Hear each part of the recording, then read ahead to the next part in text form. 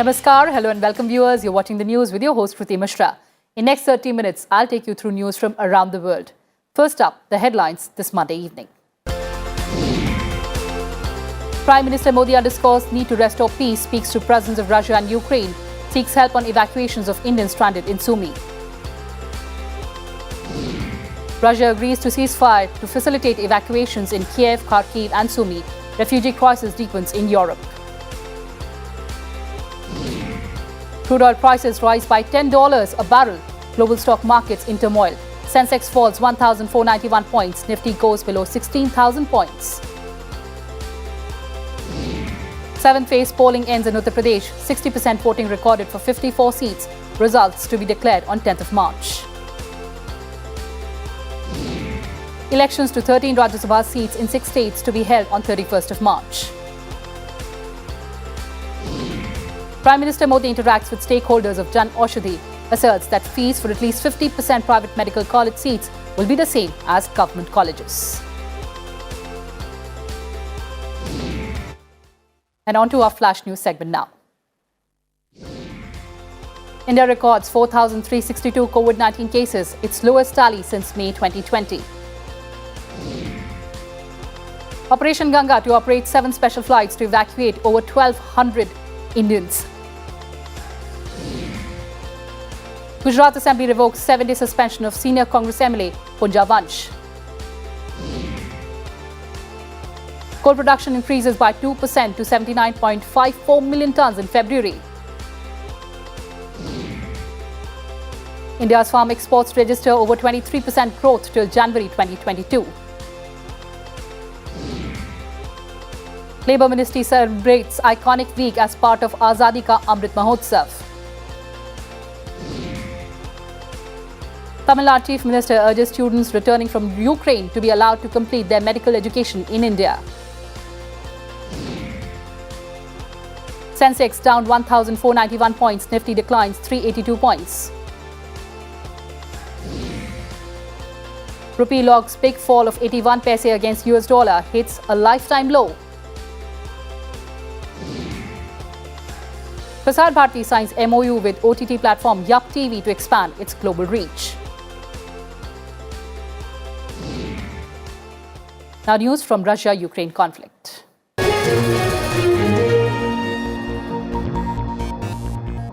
Rocket attacks have continued on residential areas in several cities.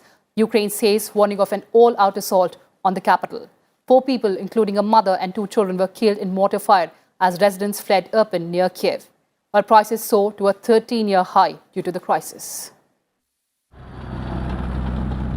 Amid the relentless march of the battle tanks, planes roaring in the sky and the burning buildings, Russia says it will hold fire and open 6 humanitarian corridors around Ukrainian cities to allow civilians to escape. 2 previous ceasefire attempts in Mariupol collapsed over the weekend. The Russian proposal came after French President Macron held talks with Putin. Ukraine alleged that Moscow is manipulating the West by demanding that the humanitarian corridors exit through Russia or Belarus. Both sides are holding a 3rd round of talks on ending hostilities. Meanwhile, Ukrainian President Zelensky said Russian missiles have destroyed Vinnytsia airport in the central part of the country. He also alleged that rocket attacks are targeting residential areas in several cities. 4 people, including a mother and 2 children, were killed in mortar fire as residents fled Irpin near Kiev. Meanwhile, Putin has said he will achieve his goals in Ukraine through negotiation or through war. He claimed that its leaders are calling into question the future of Ukrainian statehood, even as reports said that over 4,600 anti-war protesters were detained in Russia against the invasion. Bureau Report, Sansad TV. And thousands of Ukrainians are fleeing their homes seeking refuge from the war in their country. Ukrainian officials have called the situation catastrophic. The biggest devastation is said to be in Ukraine's 2nd largest city of Kharkiv. President Zelensky has appealed to the people to take to the streets to drive out the enemy from their land. Zelensky said Ukraine will never forget the bombing of its homes, the killings of unarmed people, and the destruction of its infrastructure. Ukrainian officials have reported a severe shortage of food, water, medicine, and almost everything else in Mariupol. Russian and Ukrainian armies agreed to an 11-hour ceasefire allowing civilians to evacuate and rescue the wounded. The International Committee of the Red Cross estimated that 2 lakh people are trying to leave Mariupol. Some residents who left the city said Mariupol had been ruined. And Prime Minister Narendra Modi spoke to Russian President Putin over the phone for about 15 minutes on Monday. He is understood to have appreciated the announcement of a ceasefire and the opening of humanitarian corridors in some Ukrainian cities, including Sumy. Prime Minister Modi once again underscored the importance of safe evacuation of Indians from Sumy. He also urged Russian President to hold direct talks with Ukraine President Zelensky. Today was the third occasion when the Prime Minister spoke to Putin since the start of the hostilities between Russia and Ukraine. And Prime Minister Narendra Modi on Monday also spoke to Ukrainian President Zelensky and urged him to help rescue Indian students stranded in the northeastern city of Sumy. The talks lasted for about 35 minutes, in which Prime Minister Modi appreciated the ongoing direct talks between Russia and Ukraine. Around 700 Indian students are still trapped in Sumy. This was the second such talk between the two leaders since the war broke out. The two leaders last had a phone conversation on 26th of February. The Indian Embassy has asked students stranded in the Sumy region of Ukraine to be ready to move out at short notice. The embassy has said its officials are at Poltava city to coordinate their safe evacuation. The embassy asked Indians based in Ukraine to send their details in a Google form. War zone anywhere. Payal, there are constraints which you cannot anticipate. And you cannot, the parties to the conflict, even if you use your margin of diplomacy, they have objectives which may not synchronize with your evacuation objectives. But I'm happy if we can complete this process in the next day or so. We would have completed all 23,000 or so. So far, over 13,000 Indian citizens have been evacuated from Ukraine under Operation Ganga. Ukraine's airspace was closed on 24th of February. Since then, the stranded Indians are being brought back through special flights from Ukraine's neighbors, Romania, Hungary, Slovakia and Poland. Meanwhile, Indian national Harjot Singh, who was shot in Kiev, is being brought back home.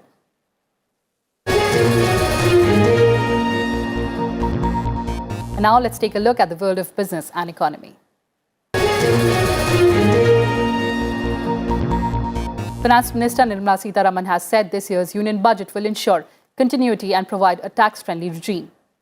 At a post-budget discussion with industry leaders in Bangalore, she said the budget provides a 25-year roadmap till India's 100th year of independence. The finance minister asserted that the budget emphasizes both technology and digitizing the economy. We are planning for the next 20-25 years, gives a vision and also some kind of a route map through which we want to achieve fundamental infrastructure which will help us to be proud of ourselves, be sure that we've adequately endowed ourselves to stand up and celebrate India at 100. And oil prices jumped over $10 a barrel amid the rising demand for tighter sanctions against Russia.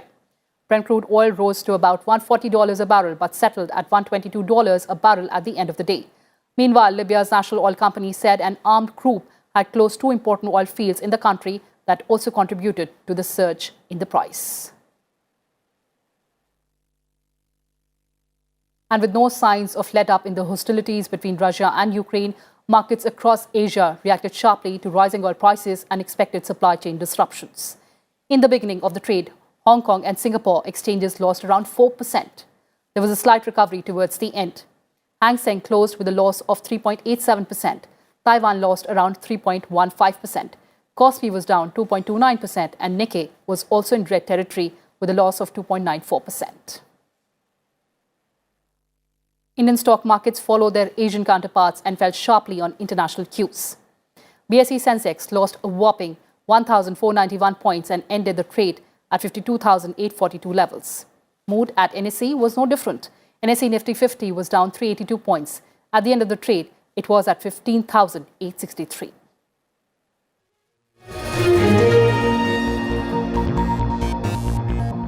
Now news from Assembly elections.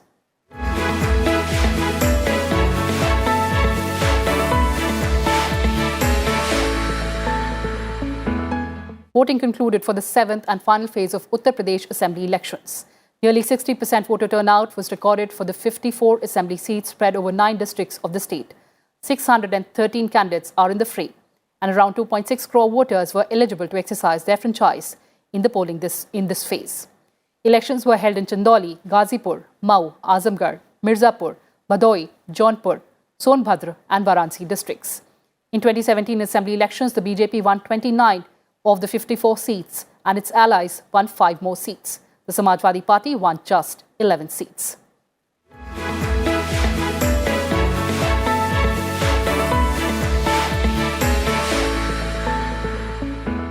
And moving on, the Election Commission of India on Monday announced that polls to 13 Rajya Sabha seats in 6 states will be held on 31st of March.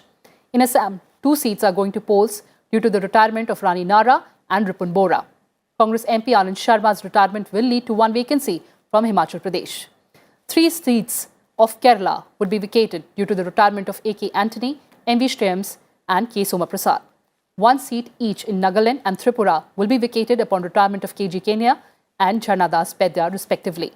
5 seats from Punjab would also go to the polls due to the retirement of Sukhdev Singh Dhinsa, Pratap Singh Bajwa, Shwed Malik, Naresh Gujral and Shamsher Singh Dullo. And in a huge relief to medical students, the government has decided that at least 50% seats in private medical colleges will charge the same fees as government medical colleges. The Prime Minister announced this in an interaction with the owners of Jan Aushadhi Kendras. He said children of poor and middle class will get its benefit. Jan Aushadhi केंद्रों के जरिए 800 करोड़ से ज्यादा की दवाइयां बिकी है। इसका मतलब ये हुआ कि केवल इसी साल जन औषधि केंद्रों के जरिए गरीब को, मध्यम वर्ग को करीब 5,000 करोड़ रुपया बचे हैं। And a news from across the states. The Maharashtra Assembly passed 2 bills empowering the state government to delimit wards and fix the number of ward members on Monday. The bills also make it mandatory for the State Election Commission to finalize the poll schedule after consulting the government. In Kolkata, an all-party meeting was held in West Bengal Assembly ahead of its budget session on Monday. Governor Dhankar could not give his inaugural address as the proceedings were disrupted by BJP MLAs over alleged violence in the recently concluded civic polls. In Madhya Pradesh, the budget session began with the address of Governor Mangubhai Patel. The budget for 2022-23 will be presented on Wednesday. The budget session will have 13 sittings which will run till 25th of March.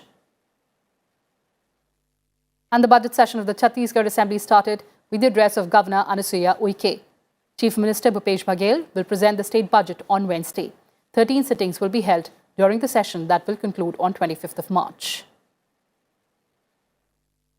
Meghalaya Chief Minister C.K. Sangma told the Assembly that out of the 36 disputed villages on the Meghalaya-Assam border, 30 will remain in Meghalaya. He said both states agreed that no new area will be added to the 12 areas on which there are differences of opinion. The government launched Donate e-pension program under the Pradhan Mantri Shram Yogi Man Dhan scheme. People can donate the premium contribution of their immediate support staff, including domestic workers, drivers and helpers under the scheme. And votes were cast for the by-election to the Majoli Assembly seat in Assam. The Majoli Assembly seat fell vacant after Union Minister Sarbanand Sonowal was elected to the Rajya Sabha. The Supreme Court will hear the petition of Malayalam news channel Media One on 11th of March. The petition has challenged the decision of the Kerala High Court to stop its telecast due to security reasons. Delhi Transport Minister Kailash Gehlot flagged off 100 CNG buses and an electric bus on Monday. The number of such buses in Delhi has crossed 7,000. Gehlot said preparations are on way to include 300 pollution-free electric buses also in the coming days. Switzerland's ambassador to India, Ralph Heckner, visited the Golden Temple in Amritsar. He had lunch at the Langar with his wife. A 19-year-old girl injured in a grenade attack at Hari Singh High Street area of Srinagar died during treatment. With this, 2 people have died so far in the incident. Several people, including a policeman, were injured in the blast on Sunday.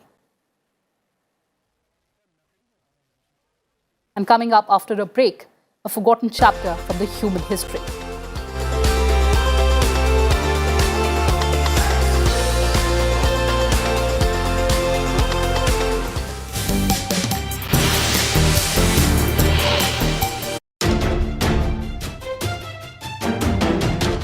was passed by Parliament. Those in favour please say aye. Those against it please say no. I think the ayes have it, the ayes have it, the ayes have it. The bill is passed. जो सदस्य इसके पक्ष में हाँ कहें, जो सदस्य विरोध में ना कहें, मेरे विचार में निर्णय हाँ वालों के पक्ष में हुआ, हाँ वालों के पक्ष में। Laws that govern the country. How will they affect us? Let our top experts tell you all about their impact and implications in Bills and Insight, only on Sansad TV.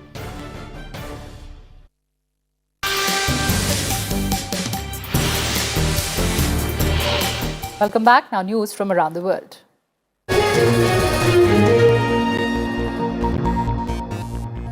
Russia boycotted an International Court of Justice hearing in legal bid by Kiev to halt Moscow's devastating invasion of Ukraine. A row of seats reserved for Russian lawyers at the International Court of Justice was empty on Monday morning as the hearing opened. Russia's ambassador to the Netherlands informed the judges that his government did not intend to participate in the oral proceedings. The hearing went ahead without the Russian delegation. Israel fired several missiles on Syrian military positions near the capital on Monday. 2 civilians were killed. Syria claimed air defenses shot down most of the missiles. The chairman of South Korea's ruling Democratic Party was assaulted on Monday by a man wielding a hammer-like object at a rally days ahead of the country's presidential elections.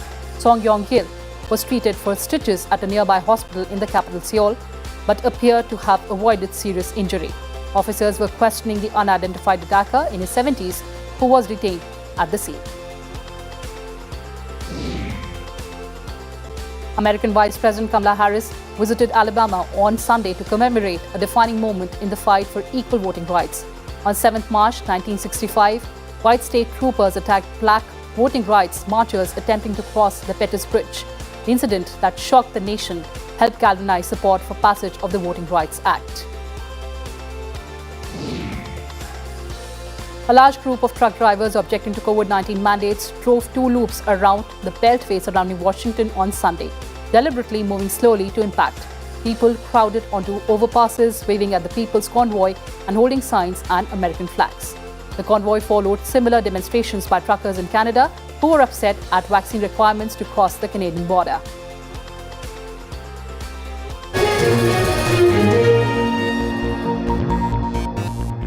Now news from the world of science.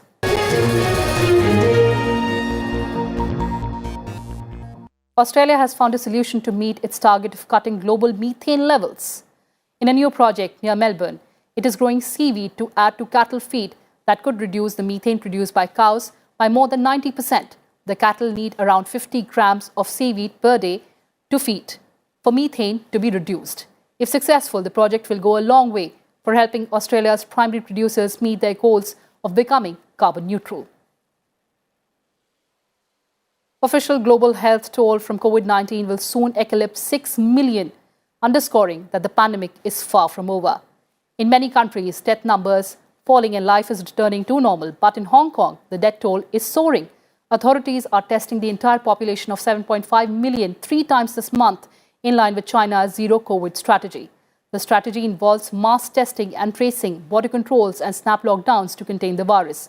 It has slowed domestic spending and triggered export disruptions.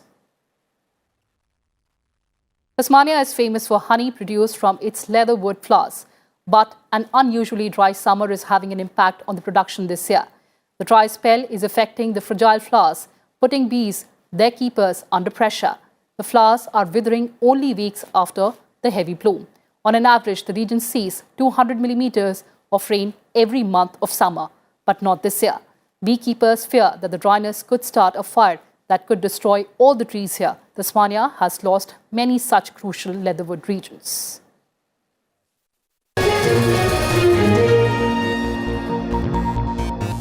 And action from the world of sports.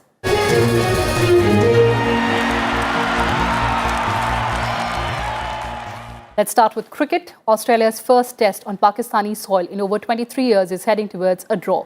Today was the 4th day and Australia's first innings is yet to be completed. Pakistan declared their first innings on day 2 at 476 for only 4 wickets. Australia closed day 4 at the score of 4-4-9 for 7. Playing her first international match on home ground in Dunedin, Kiwi opener Susie Bates scored an unbeaten 79 off 68 balls. Bangladesh could only muster 140 for 8 in a rain-shortened 27-over a-side affair. New Zealand reached the target in 20 overs. An autopsy in Thailand showed the death of Australian cricket great Shane Warne was due to natural causes. Warne's family were told of the result. Warne's manager said the cricketer was on a ridiculous 14-day liquid diet.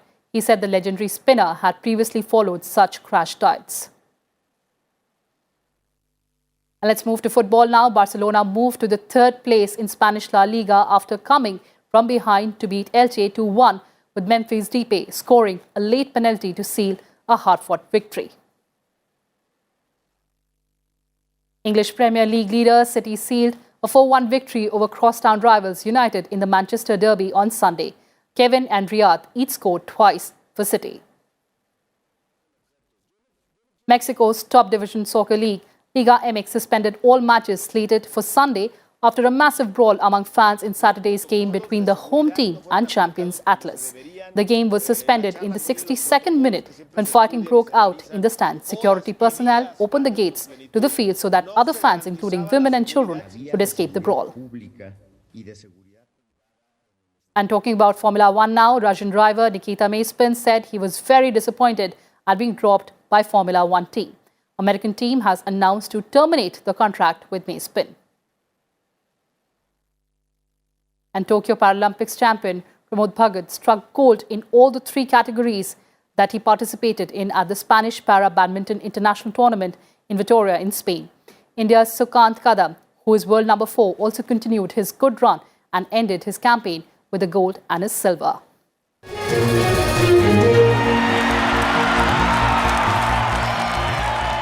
And archaeologists have finished the first stage of restoration work on ancient sculptures at an Iraqi site that was vandalized by terrorists from the Islamic State group. Hatra was once the capital of the small kingdom of Araba and one of the first Arabic states to be established out of Arabia.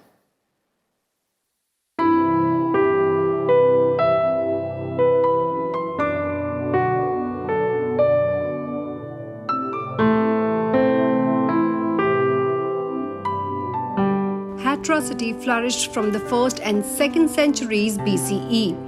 It survived many invasions, including 2 by the Romans, before it was finally abandoned. But the hardest hit it took came from the Islamic State group. The militants destroyed most of its statues. They used the city as a military camp and workshop for preparing car bombs and suicide belts. Hatra was liberated from the IS in 2017, but the damage they caused can still be seen. Now an international group of archaeologists have begun to return parts of the city to its glorious past.